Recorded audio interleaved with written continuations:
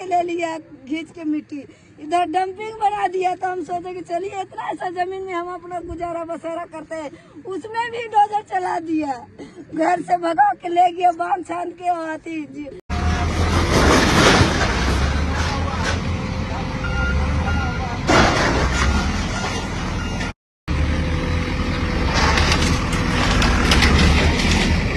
हमको 80 साल से हम 82 से हम इस जमीन में रो रहे हैं।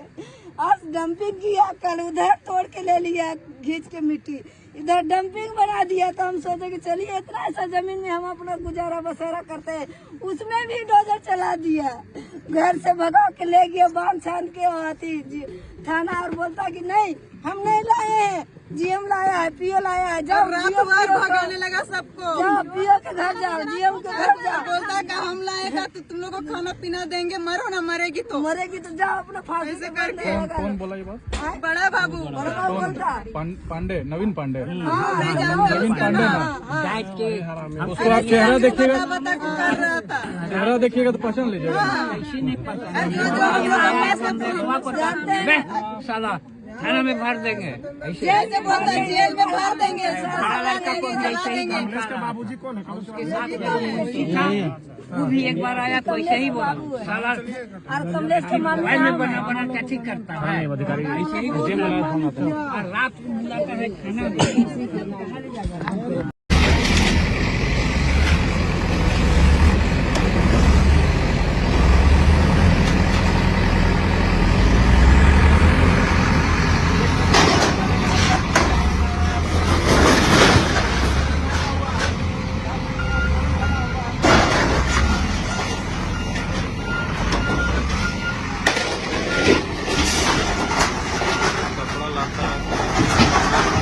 घर में है और गिराया जा रहा है, देख सकते हैं।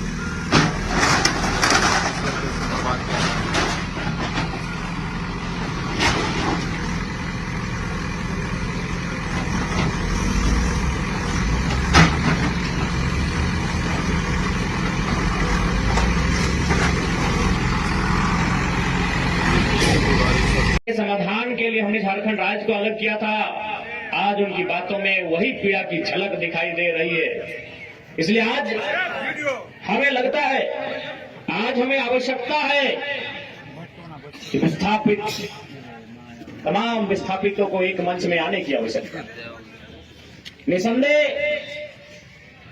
आज चाहे वह बीसीसीएल के विस्थापित हों, सीसीएल के विस्थापित हों, डीबीसी के विस्थापित हों या बीएसएल के विस्थापित हों, आज कहीं ना कहीं इस बात को हमें स्वीकार करना होगा कि हम विस्थापितों में भी कई समूह, कई ग्रुपों में हम लोग विभाजित हो चुके हैं। आज यदि हम लोग अपनी निजी महत्वाकांक्षा को किनारे रख के, किनारे हटा के अगर नहीं हम लोग मध्यस्थता करते हैं, एक मंच में नहीं आते हैं, तो आने वाला दिन आपके लिए बड़ा दुभर लग रहा है। आने वाला दिन और कष्टकारी और पीड़ादायक होगा। इसका अंदाजा आप लगा सकते हैं कि एक विधायक होने के बाद आप देख सकते हैं हमारे साथ क्या व्यवहार हुआ। ठीक है, हमने चुनौती प्रस्तुत किया, चुनौती हम कल भी प्रस्तुत करेंगे, लेकिन एक विधायक होने के बाद आप देख सकते हैं कि जो प्रशासन की टीम आई थी, लगभग आधा दर्जन प्रखंड के प्रखंड विकास पदाधिकारी थे, आधा दर्जन थाना के थाना प्रभारी थे, SDM Bermo, SDPO Bermo, ADC Bokaro, उनके साथ साथ वाटर कैनन की गाड़ियां, फायर ब्रिगेड की गाड़ियां, आंसू गैस छोड़ने वाली गाड़ियां, रबड़ गोले दागने वाली गाड़ियां, ऐसा टीम बनाकर आई थी जैसे मानो वह रैपक से नहीं बल्कि किसी आतंकवादियों से मुकाबला करने आए। क्या हाल होगा आपको सोच के देखिए। एक विधायक है हम, ठीक है, हमारे समर्थकों ने गलत किया था, सही किया था, वो अलग विषय है, लेकिन प्रशासन का ये रोक, ये कौन सा संवैधानिक तरीका है भाई। एक महज मामूली क्वार्टर का विषय था, ऐसे ऐसे क्वार्टर धनबाद बोकारो में गिनेंगे तो शायद 1 लाख के आसपास होगा, 1 लाख आसपास होगा। एक मामूली क्वार्टर के लिए जो प्रशासन ने अपना एक घृणित चेहरा दिखाया, बिल्कुल ये घृणित चेहरा था प्रशासन का। ये नफरती चेहरा था प्रशासन का, ये असंवैधानिक और मानवीय चेहरा था प्रशासन का। एक विधायक के साथ जब वो इस प्रकार का व्यवहार कर सकते हैं तो सोचिए आम ग्रामीण रैयत विस्थापितों का क्या हश्र होगा आने वाले सालों में। इसलिए आज मैं तमाम रैयतों से जिन्होंने किसी परियोजना में, किसी कल कारखाने में कि डीवीसी की परियोजना हो या पीसीसीएल की परियोजना हो, जिन्होंने अपनी जमीन देने का काम किया है, आज उन्हें एक मंच में आने की आवश्यकता है। मैं आपसे यह आह्वान करने आया। आज मैं एक विधायक हूं, एक 30 साल का युवा, एक सुनहरा सपना, एक सुनहरी जिंदगी हमारे सामने, लेकिन आज उस जिंदगी को ठोकर मार के हम कांटों की ताज को स्वीकार करते हैं। उस सुनहरी, उस मखमली जीवन को हम ठोकर मार के कांटों के रास्ते को चुन रहे हैं, जबकि आपको भी मालूम है हम माननीय हैं, फूलों का बिस्तर हमारा स्वागत करने के लिए तैयार है, लेकिन हम कांटों की राह चल रहे हैं। आज प्रत्येक दिन दर्जनों ठेकेदारों का फोन आता है, बैठेंगे विधायक जी, दर्जनों वीआईपी लोगों का फोन आता है, 2 मिनट बैठिए विधायक जी। और आपको भी मालूम है उनके साथ बैठेंगे तो क्या डील होगा, आपको भी मालूम है। करोड़ों में ना सही लाखों में तो डील जरूर होगा।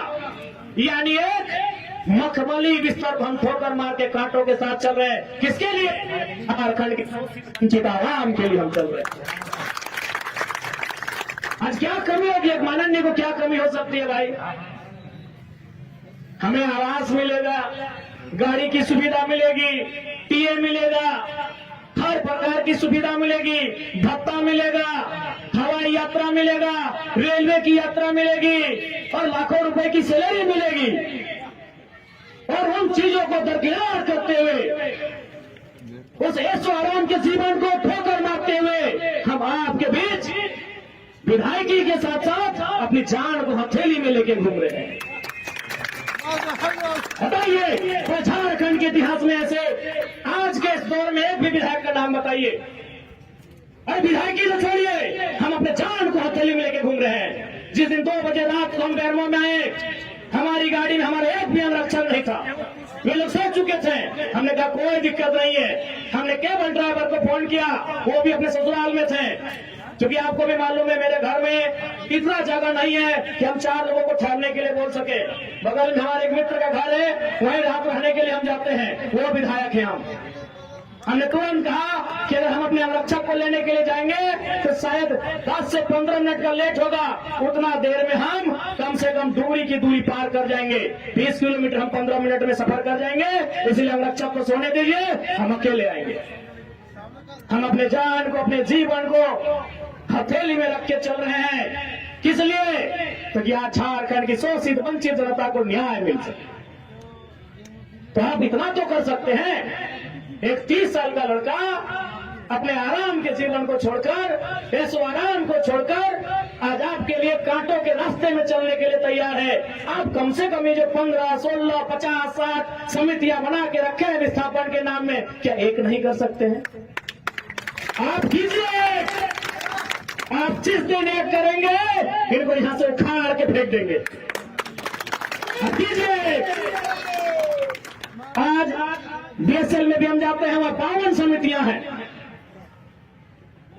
विस्थापन मोर्चा, विस्थापन क्रांतिकारी मोर्चा, विस्थापन उलगुलान मोर्चा, तो विस्थापन इनकलाब मोर्चा, 52 से 50 समितियां हैं। आप अपने आप को एक कीजिए। आज अपने निजी स्वार्थ का त्याग कीजिए। आज अपने मन के मतभेद को त्याग कीजिए, क्योंकि आज अगर नहीं समझे तो याद रखिएगा आने वाले 20 सालों में, और आज तो कम से कम आपके हिस्से की बात कोई कर पा रहा है, आपकी हक की बात कोई बोल पा रहा है। आने वाले दिन अगर बोलेंगे ना तो शायद आपकी जबान काट ली जाएगी, बिल्कुल काट ली जाएगी।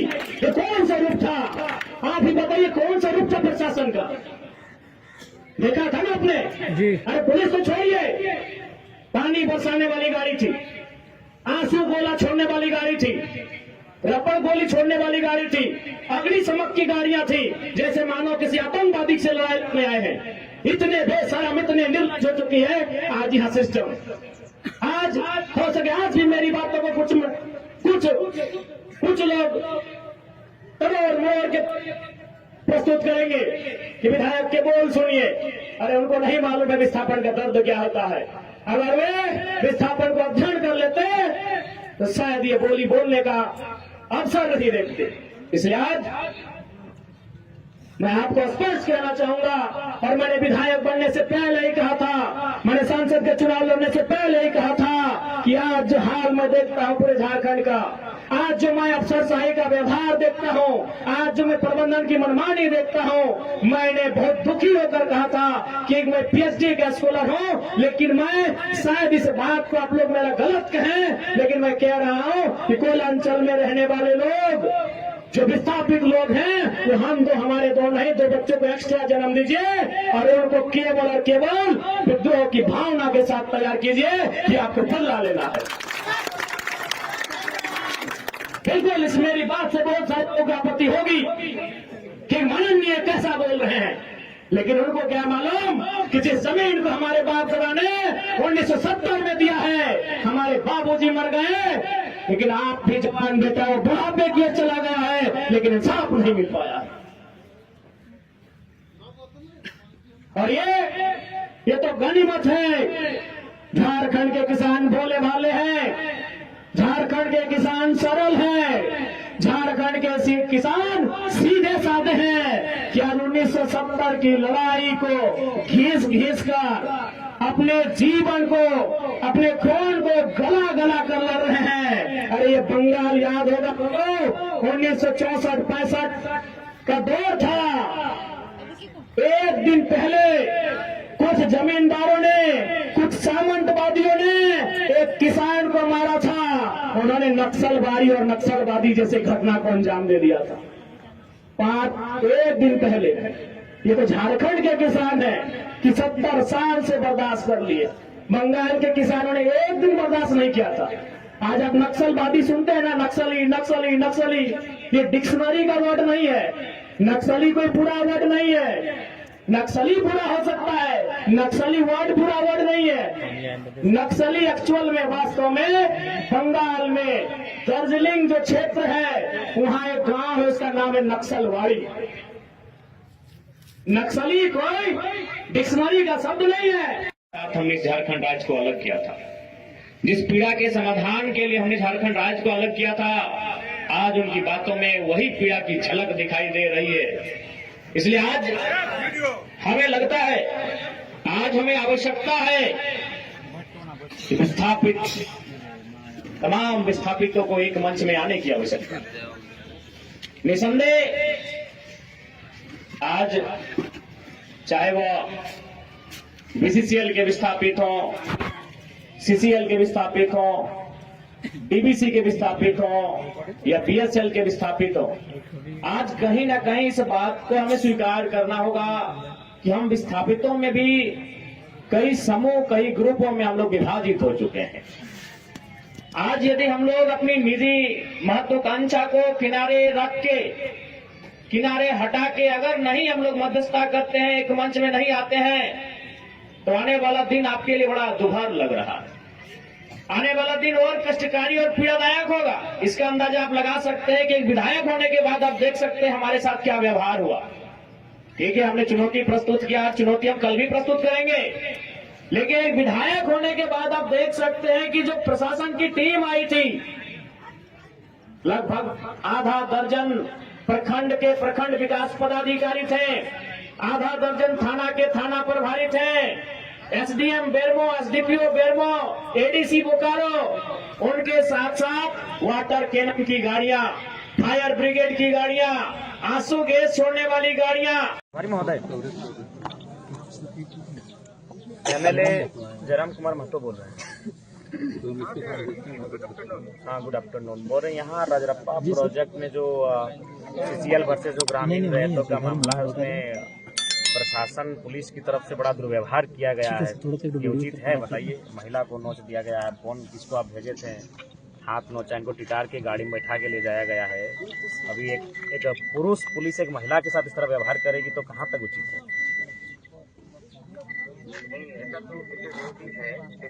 नहीं देखिए अब जो जो बीत गई उसको हम वापस नहीं कर पाएंगे, लेकिन इनका जो अभी अगर आप लोग आए तो इस बात का ख्याल रखें कि मानवता भी कुछ होती है।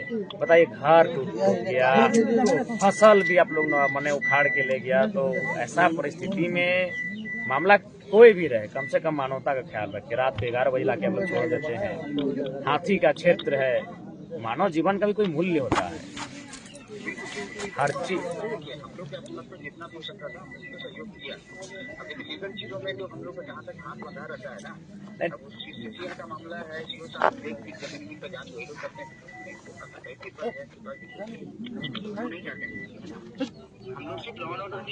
नहीं ठीक है, आप लॉ एंड ऑर्डर के लिए आइए, वो आपका विधि व्यवस्था आपका जिम्मेवारी है, लेकिन ध्यान रखिए कि माने व्यवहारिक हो, मानवता का ख्याल रखिए। अब देखिए, महिलाओं के साथ दुर्व्यवहार हुआ है, ये उचित नहीं है। अपने एक छोटी बच्ची है, सुने उसको भी उठा के ले गए, उससे क्या डर, बताइए। नहीं, अगला अगर ऐसा हो तो इस बात का ख्याल रखिएगा, इस तरह का दोबारा नहीं घटित होना चाहिए। ठीक ठीक।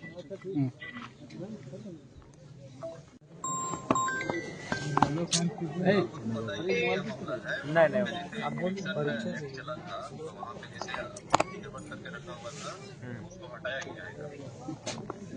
तो हटाने का ये तरीका सही था, घर द्वार तोड़ देना, महिलाओं को खींच के गाड़ी में बैठा के ले जाना,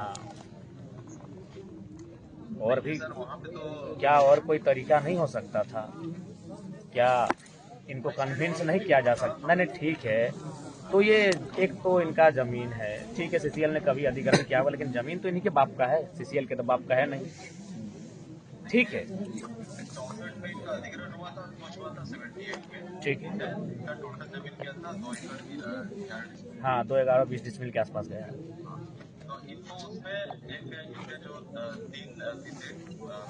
फादर के जो भाई लोग थे, 3 कोई एक को नौकरी में करता था, आर्यनाथ पुलिस के कारण आर्यनाथ पुलिस में था कि 3 एकड़ नहीं, उस समय तो 1 ही एकड़ था, जिस समय अधिग्रहण हुआ उसमें 1 या 2 एकड़ होगा, 3 एकड़ तो नहीं था उस समय।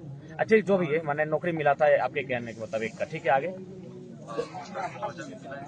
तो इनका कहना है कि जब मुआवजा जिस तिथि को दर्शाया जा रहा है, उस तिथि को इनके पिताजी की उम्र 5 साल थी।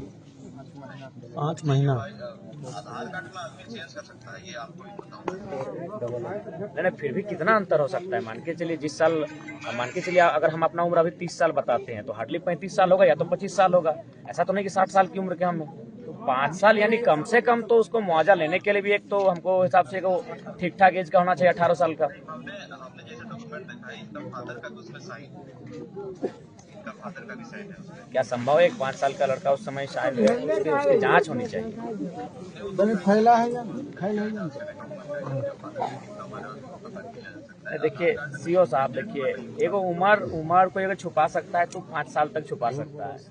कोई 60 साल का आदमी 30 साल का नहीं हो सकता, 90 साल का आदमी 45 का नहीं हो सकता। खैर, देखिए, जहाँ पे इन्होंने कब्जा करके रखा था वो किसी टूटन महतो करके था, उनका रही और उनका कोई वधु वहाँ पे अभी भी नौकरी कर रही है, उस जमीन के। नहीं खैर, जो भी है, हम तो वो सब विषय नहीं जानते, लेकिन कम से कम व्यवहार थोड़ा उचित होना चाहिए, कन्विंस होना चाहिए, बातचीत करनी चाहिए, बातचीत से रास्ता बनता है। आप लोग सक्षम लोग हैं, पढ़े लिखे लोग हैं, काबिल लोग हैं, तो काबिल लोग थोड़ा सा अपनी काबिलियत को दिखाइए ना। काबिलियत को क्यों नहीं दिखाते हैं, बताइए। जनता के लिए अपनी काबिलियत को दिखाना चाहिए। आप लोग जो काबिलियत सीसीएल के समर्थन में दिखाते हैं, बड़े बड़े पदाधिकारियों के समर्थन में दिखाते हैं, अगर वही काबिलियत आप लोग जनता के समर्थन में दिखाते हैं ना, बड़ा सुंदर हमारा राज्य आगे जाएगा।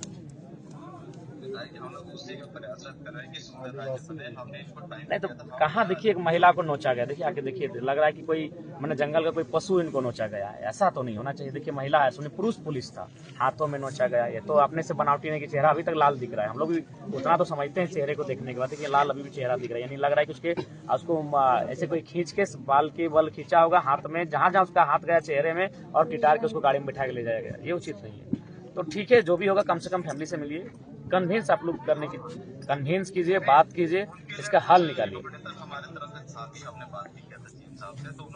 जैसे इनका आवास ही नहीं है, तो आप कम से कम आप लोग ब्लॉक से पहले कहीं इनका आवास से कोई अलॉटमेंट करवाइए।